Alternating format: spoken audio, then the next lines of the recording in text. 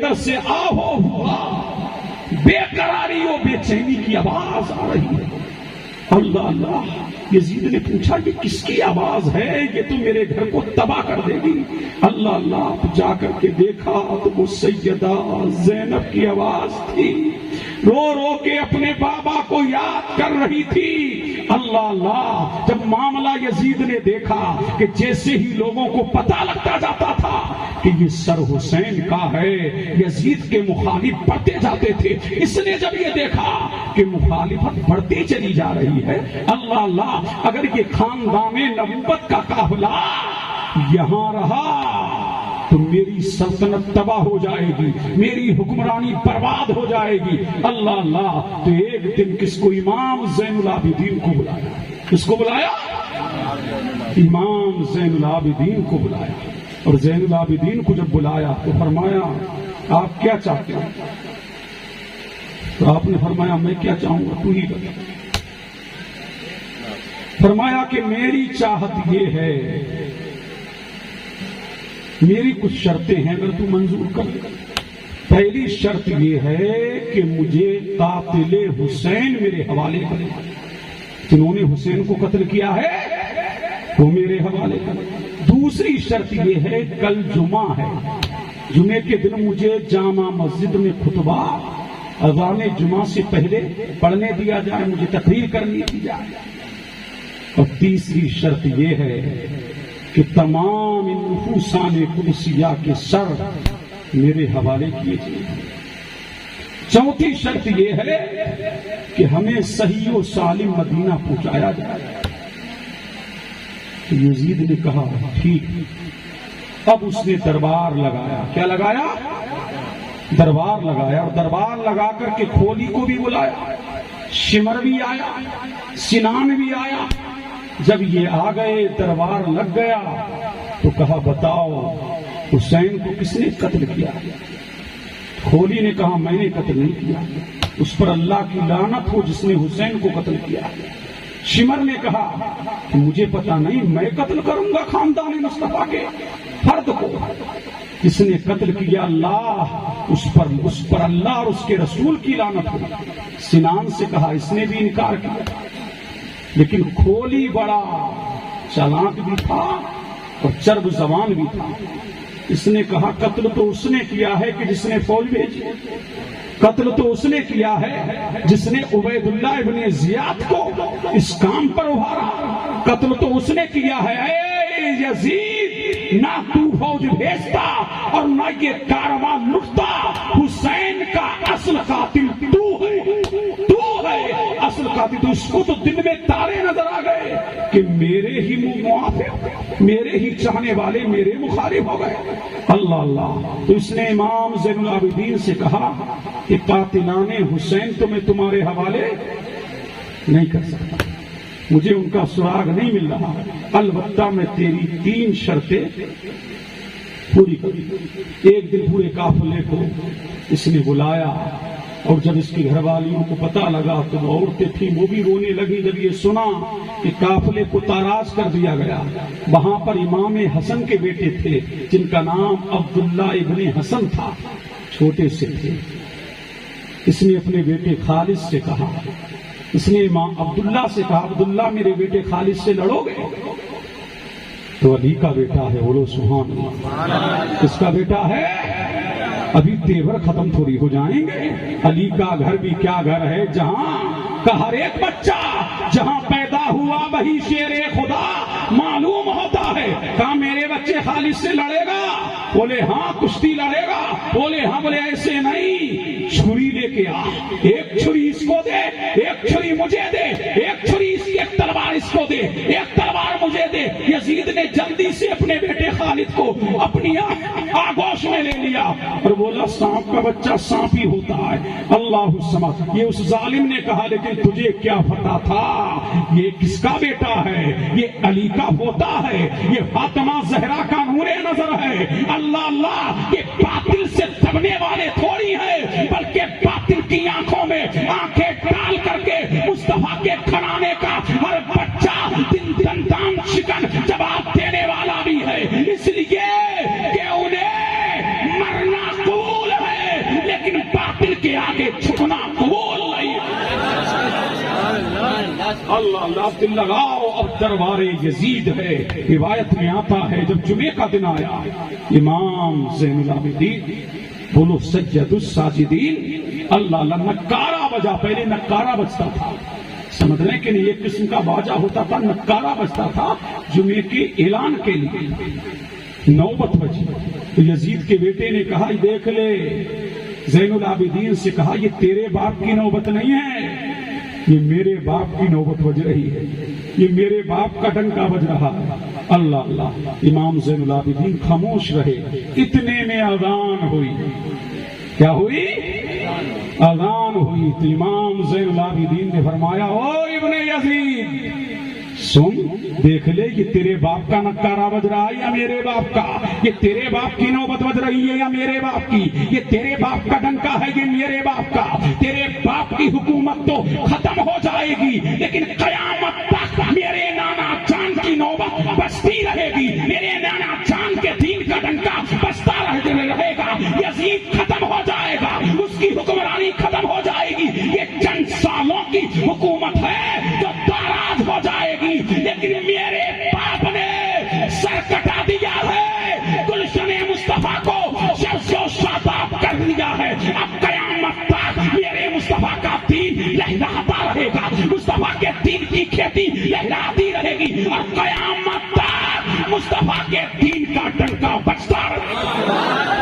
نعرے تکبیر، نعرے رسالت، خاندان رسول، خاندان رسول، نبی کا گھرانہ، نبی کا گھرانہ، نعرے حیدری۔ اللہ اللہ، بڑھوں آگے بولو، بولیے بولیے، اللہ اللہ، اللہ الصمد۔ اب جب خطبے کا وقت آیا مسجد بھر گئی، کوفی بیٹھ گئے، دمشق کی مسجد کھچا کھچ لوگوں سے بھری ہے۔ امام زین العابدین سید الساجدین تشریف لے کے آئے، کوئی شان و شوکت، اللہ اللہ جو گھرانے کی اللہ نے عطا کی ہے، بچہ ہے، لوگوں کی نظروں میں بچہ نظر آ رہا ہے، لیکن یزید نے یہاں بھی وعدہ خلافی۔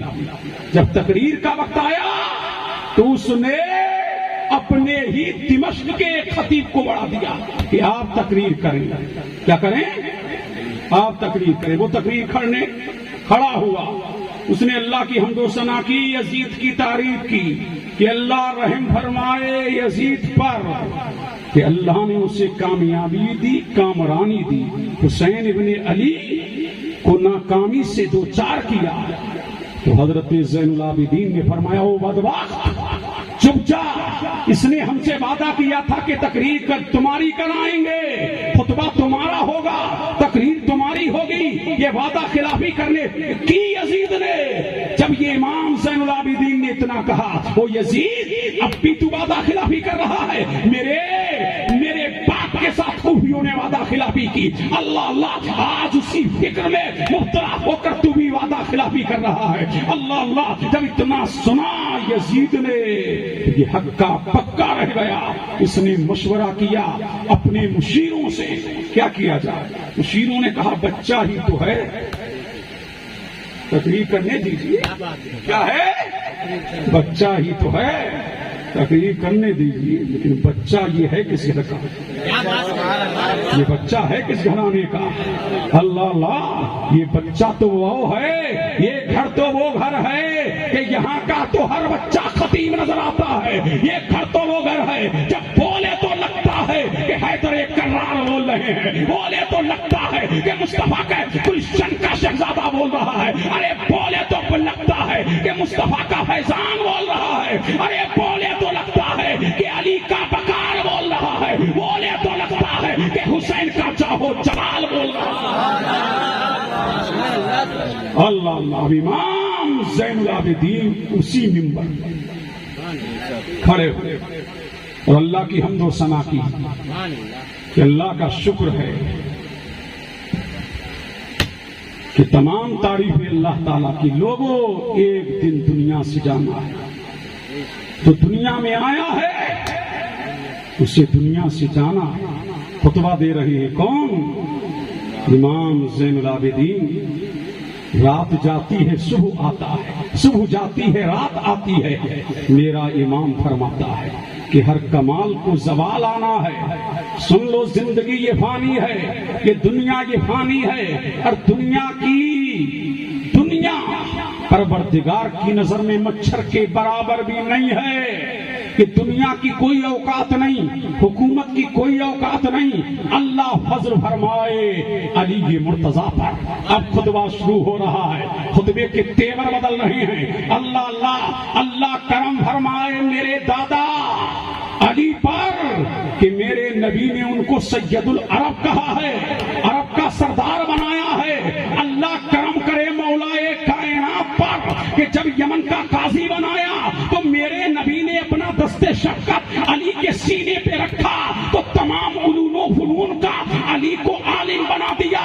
تو سن لو علم ہمارے گھر کا ہے، سن لو یہ مسجدوں میں جو اذانیں ہیں یہ اذان میرے نانا کے دم قدم سے ہے۔ تم سن لو میرا باپ علی ہے، جان لو میری ماں خاتون جنت ہے، ملکہ فردوس بری ہے، میری ماں دنیا کی تمام عورتوں کی سردار ہے۔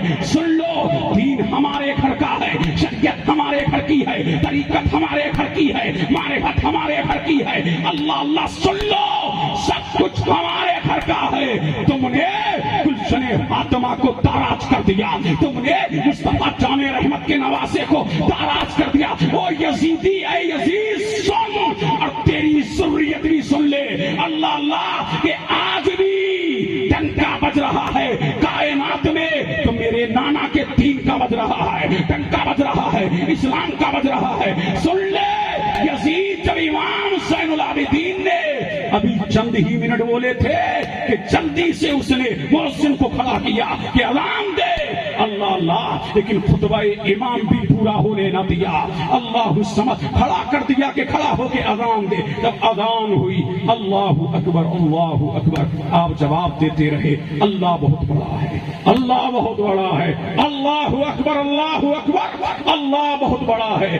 آگے بڑھے اشہد ان لا الہ الا اللہ، میں گواہی دیتا ہوں کہ اللہ کے سوا کوئی معبود نہیں۔ آپ یہ تلاوت کرتے رہے، جب مؤذن پہنچا اشہد ان محمد رسول اللہ تو آپ نے فرمایا اے مؤذن رک جا، بتا یہ کس کے باپ کا تذکرہ ہو رہا ہے، یہ کس کے باپ کے ترانے گائے جا رہے ہیں، یہ کس کے باپ کے گیت گائے جا رہے ہیں۔ تو کہہ رہا تھا کہ علی جھوٹا ہے، علی بھی سچا، میرا نانا بھی سچا، میرا باپ بھی سچا، تو جھوٹا، یزید جھوٹا، اس لیے کہ دیکھ لے کہ نوبت میرے باپ کی، یہ نوبت میرے نانا کی بج رہی ہے۔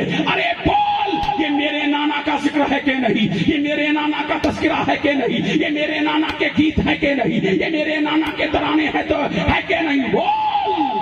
تو حبشی مؤذن کو بھی دمشقی مؤذن کو بھی کہنا پڑا کہ ہاں یہ تمہارے نانا کا تذکرہ ہے، یہ تمہارے نانا کے گیت ہیں، یہ تمہارے نانا کے ترانے ہیں، یہ تمہارے نانا کی بولی ہے۔ اللہ اللہ اب روایت میں آتا ہے کہ ایسا خطبہ دیا کہ ٹہل کے رہ گئی جامع مسجد۔ اللہ اللہ اور ایسا خطبہ یزید نے دیکھ لیا اگر میں نے نماز پڑھی تو ہو سکتا ہے میرا ہی کام تمام ہو جائے۔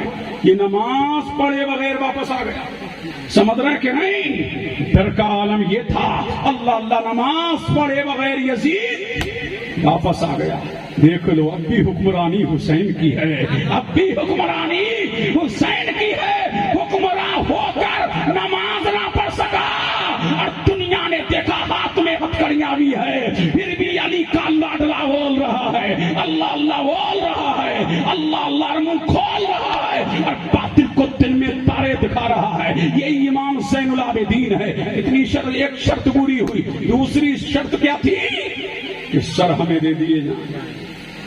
دوسری شرط کیا ہے؟ سر ہمیں دیے جائیں۔ اب یہ یہاں اس کو رک جاؤ، یہی یزید ہے، اس کا دربار ہے، اسی کے دربار میں سیدہ زینب ہے۔ کون ہے؟ سیدہ زینب کبھی بھائی بنتی ہے نا، کبھی علی بنتی ہے نا، کبھی فاطمہ بنتی ہے نا، کبھی بہن بھی بنتی ہے۔ اللہ اللہ بول رہی ہے کہاں؟ یزید کے دربار میں۔ لیکن اپنے لہجے میں نہیں، علی کے لہجے میں۔ کس کے لہجے میں؟ علی کے لہجے میں۔ وہاں ایک صحابی کھڑے تھے، انہوں نے کہا کون ہے؟ کیا علی آ گئے؟ کہا علی نہیں آئے، یہ زینب بنت فاطمہ بول رہی ہے۔ بولی تو بولی علی کے لہجے میں۔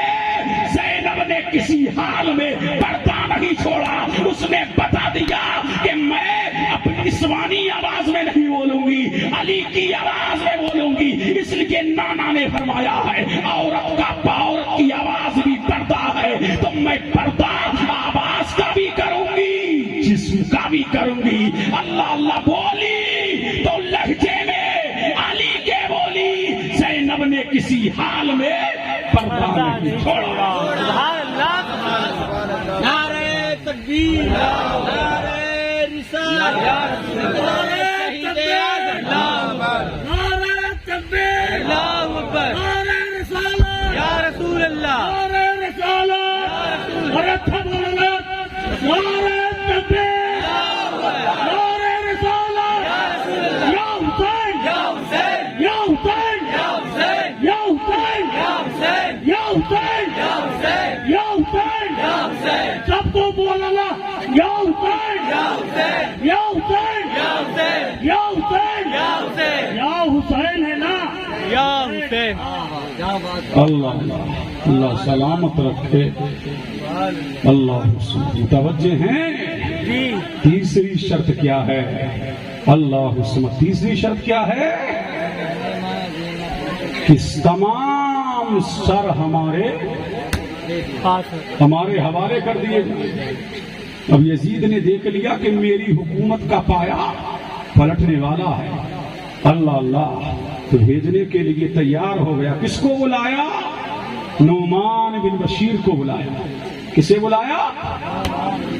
نعمان بن بشیر کو بلایا اور فرمایا کہ تم اہل بیت کے چاہنے والے ہو نا، یہی کوفہ کے گورنر تھے نا نعمان۔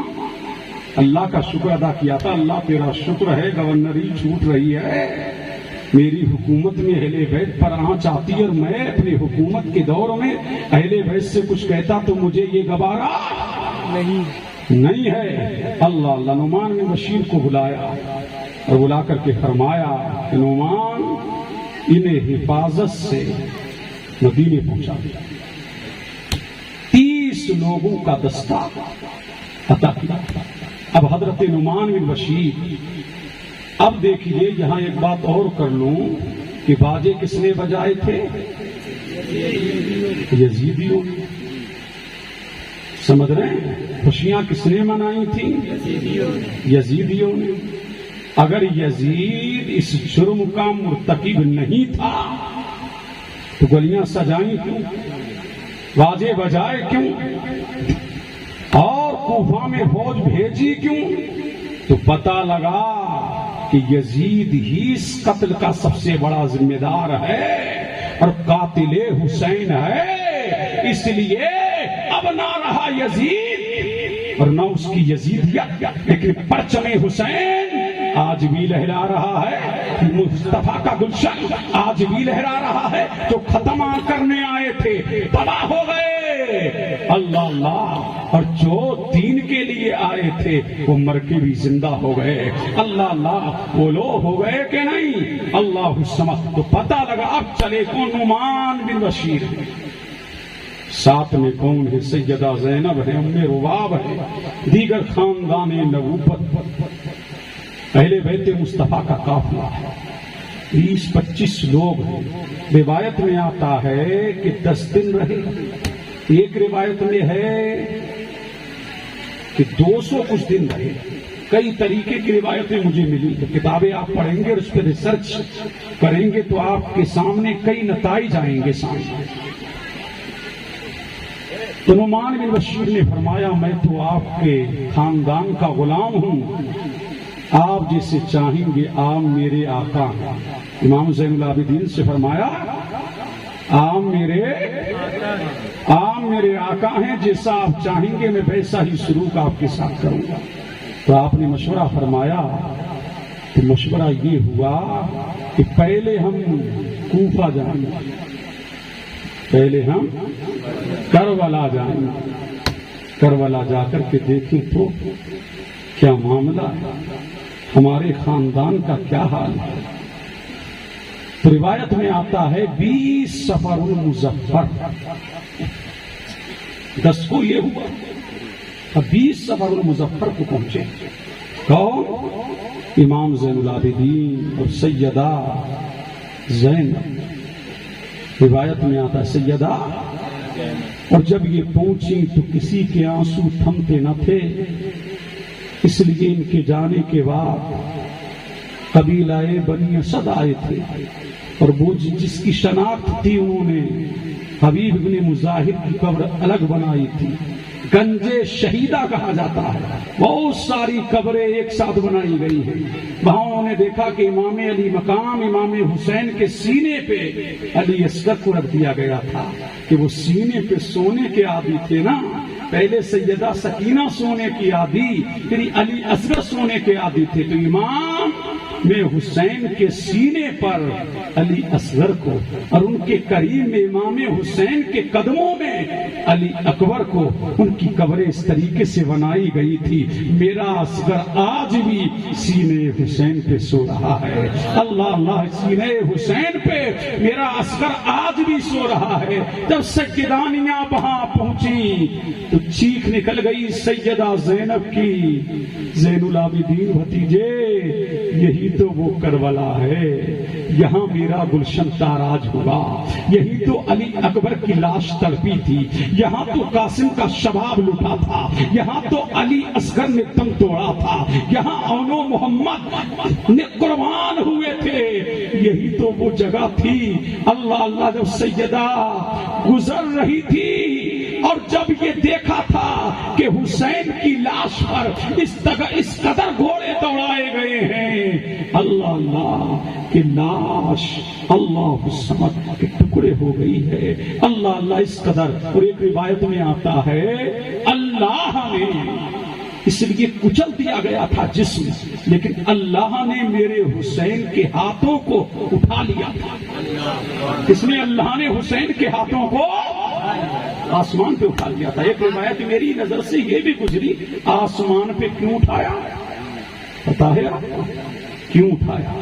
یہ حسین ہے، جیتے جی یزید کے ہاتھ میں میرے حسین نے ہاتھ نہ دیا تو خدشہ تھا کہ کوئی ظالم ہاتھ کو کاٹ کے نہ لے جائے، تو اس لیے پروردگار کی قدرت نے فیصلہ یہ کیا، اے حسین تو جیتے جی ہاتھ نہیں دے رہا ہے، بعد مرنے کے بھی تیرا ہاتھ ظالم کے ہاتھ میں، فاسق و فاجر کے ہاتھ میں، بدبخت کے ہاتھ میں، شرابی و کبابی کے ہاتھ میں، زناکار کے ہاتھ میں، عیاش و بدماش کے ہاتھ میں، بے غیرت کے ہاتھ میں نہیں جائے گا۔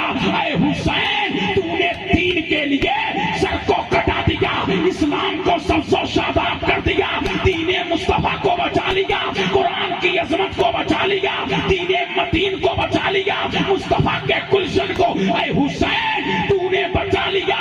اب ہم تیرے ہاتھ کی حفاظت کریں گے، اب تیرے ہاتھ کو بچائیں گے۔ یہ ہائی اس لیے تیرا سر کٹا ہے مگر باطل کے آگے جھکا نہیں ہے، جو تو نے کہہ دیا اب تیرا اختیار بعد مرنے کے بھی ختم نہیں ہو گیا ہے، اس لیے کہ میرے امام نے جو کہہ دیا تھا کہ بیعت نہیں کروں گا تو بیعت نہیں کی، اور ایمان کے بعد اسی بیعت کا سب سے بڑا حقدار زین العابدین تھا اور یزید کے گھر میں تھا، لیکن یزید کی ہمت نہ ہوئی کہ بیعت کو کہہ سکے، اس لیے کہ ہم جب چاہیں گے، ہم جو چاہیں گے وہی ہوگا، ہمارا اختیار ختم نہیں ہو گیا ہے، ہم کل بھی فل پاور تھے، آج بھی فل پاور ہیں۔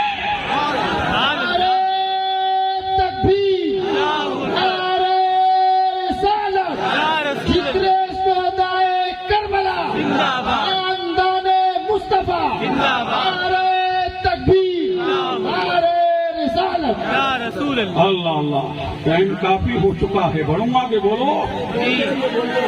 اللہ اللہ، متوجہ ہیں؟ اب کے قافلہ کہاں ہے؟ کربلا۔ سیدہ زینب رو رہی ہے، ام رباب رو رہی ہے، اللہ اللہ ام البنین رو رہی ہے، یہاں گلشن مصطفیٰ۔ ایک روایت میں ہے 1 رات اور ایک روایت میں ہے 3 راتیں یہ قافلہ کربلا میں